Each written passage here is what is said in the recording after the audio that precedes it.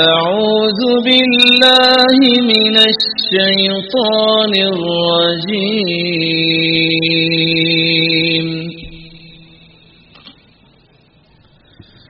بسم الله الرحمن الرحيم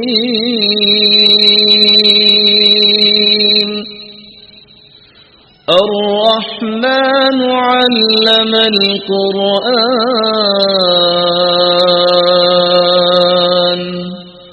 خلق الإنسان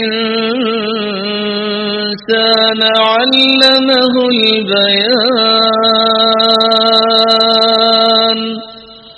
الشمس والقمر بحسبان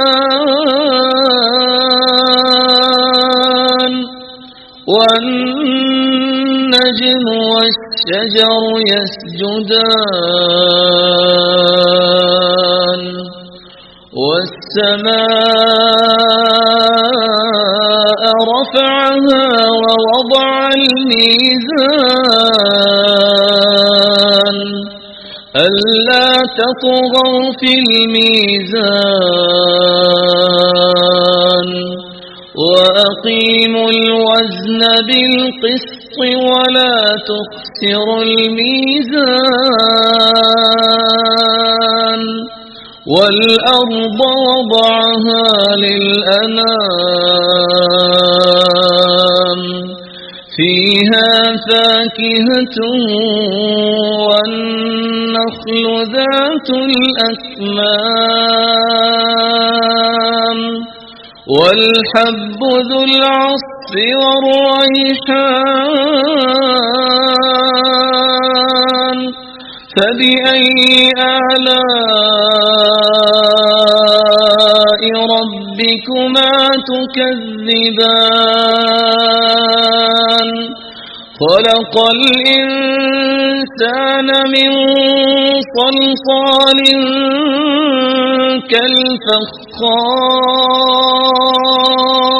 كالفخار وخلق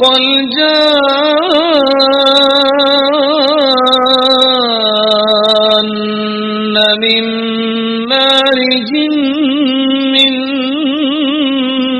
نار فبأي آلاء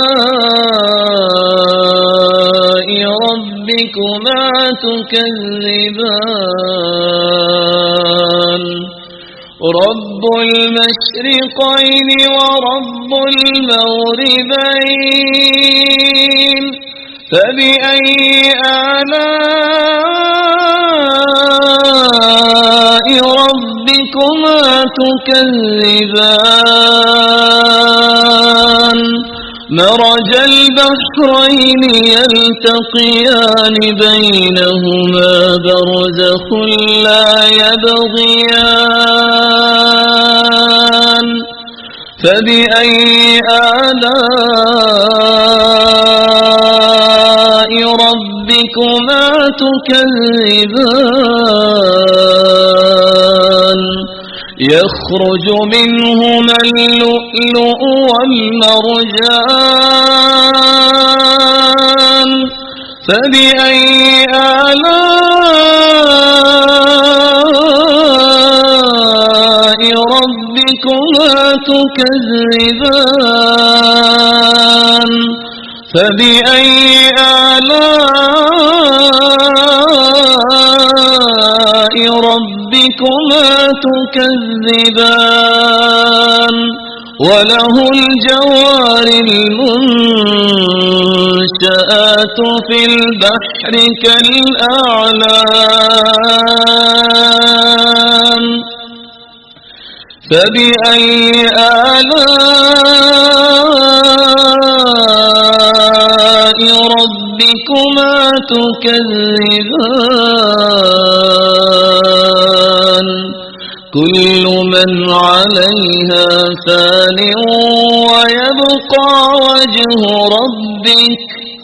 ويبقى وجه ربك ذو الجلال والإكرام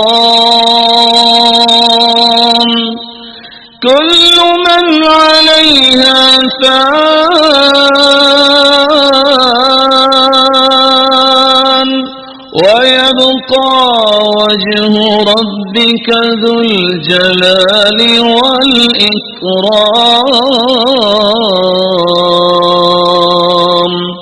فبأي آلاء